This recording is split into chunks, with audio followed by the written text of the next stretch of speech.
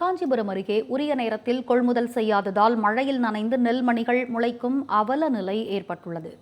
உத்திரமேரூரை அடுத்த ஆனைப்பள்ளம் பகுதியில் அரசு நேரடி நெல் கொள்முதல் நிலையம் உள்ளது.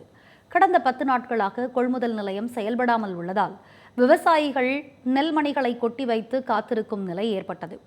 இதனிடையே கனமழை காரணமாக நெல்மணிகள் நனைந்து முளைத்துள்ளன. இதனால் ஆத்திரமடைந்த விவசாயிகள் உரிய நேரத்தில் கொள்முதல் செய்யாத அதிகாரிகளை கண்டித்து போராட்டத்தில் ஈடுபட்டனர். அத்துடன் தங்களிடமிருந்து நெல்லை கொள்முதல் செய்யாமல் வியாபாரிகளிடமிருந்து கொள்முதல் செய்வதாகவும் குற்றஞ்சாட்டினர். இந்த விவகாரத்தில் அரசு உரிய நடவடிக்கை எடுக்கவில்லை என்றால் சாலையில் நெல்மணிகளை கொட்டி போராட்டம் நடத்துவோம் எனவும் விவசாயிகள் எச்சரிக்கை விடுத்தனர்.